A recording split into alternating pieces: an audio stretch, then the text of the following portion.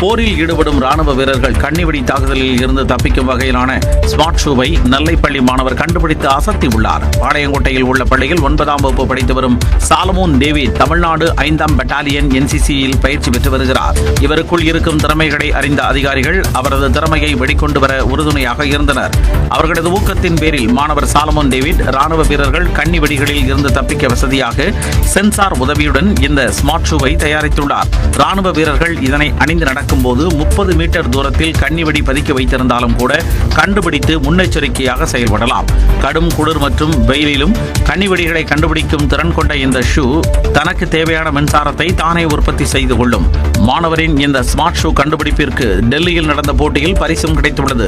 இந்த ஷூக்கு electricity generate பண்றதுக்கு நான் ஒரு சக்தி ஷோல் எனப்படும் ஒரு பெலிட்டியர் மாடியூலோடையும் ஒரு PSO எலக்ட்ரிக் பிளேட் ரெண்டுத்தையும் கம்பைன் பண்ணி ஒரு சக்தி ஷோல் ரெடி பண்ணேன்.